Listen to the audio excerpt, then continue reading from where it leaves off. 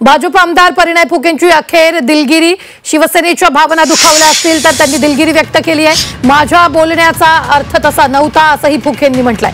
शिवसेना पदाधिकाऱ्यांचा गैरसमज झाल्याचंही परिणय फुकेंनी म्हटलंय। भारतीय जनता पार्टीच्या भंडारा येथील मेळाव्यात कार्यकर्त्यांना संबोधित करताना मी केलेल्या एका विधानामुळे महायुतीतील मित्रपक्ष असलेल्या शिवसेनेतील पदाधिकारी कार्यकर्त्यांचा गैरसमज झालाय।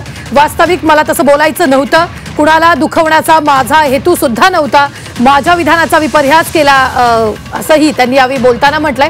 परंतु माझ्या विधानामुळे आमच्या मित्रपक्षातील शिवसेनेचे पदाधिकारी कार्यकर्त्यांच्या भावना दुखावल्या असतील तर त्याबद्दल मी मनापासून सर्वांची दिलगिरी व्यक्त करतो असं परिणय फुकेंनी म्हटलंय। या संदर्भात ताजे अपडेट देत आहेत आपले प्रतिनिधी प्रवीण।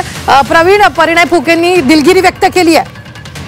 नक्कीच रुबीना परिणय फुके यांनी आता माफीनामा दिलेला आहे। त्यांनी दिलगिरी व्यक्त केली। जर माझ्या जे बोललेले शब्द आहेत त्याच्यामुळे पक्ष शिवसेनेचे भावना दुखावल्या असतील तर त्याची मी माफी मागतो असं त्यांनी जाहीर पत्रामध्ये सांगितलेलं आहे। एकंदरीतच भाजपचा 1 तारखेला मेळावा होता भंडारा, त्या मेळाव्यामध्ये परिणय फुकेंनी असं वक्तव्य केलं होतं की मीच शिवसेनेचा बाप आहे असं मला माहिती झालं आणि त्याच्यानंतर शिवसेनेनी पत्रकार परिषद घेत परिणय फुके यांच्यावर टीका केली होती आणि 12 तासामध्ये परिणय फुके यांनी माफी मागावी असं सुद्धा त्यांनी ह्या ठिकाणी बोललेलं होतं। नाहीतर आम्ही शिवसेनेच्या वतीने शिवसेने स्टाईलमध्ये त्यांना उत्तर देऊ।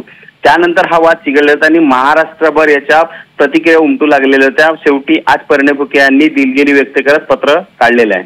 रुबीना, निश्चित धन्यवाद प्रवीण ताजे अपडेट देण्यासाठी। तर आपण पाहतोय भाजप आमदार परिणय फुकेंनी अखेर दिलगिरी व्यक्त केली आहे। शिवसेनेच्या भावना दुखावल्या असतील तर दिलगिरी असंही त्यांनी म्हटलेलं आहे।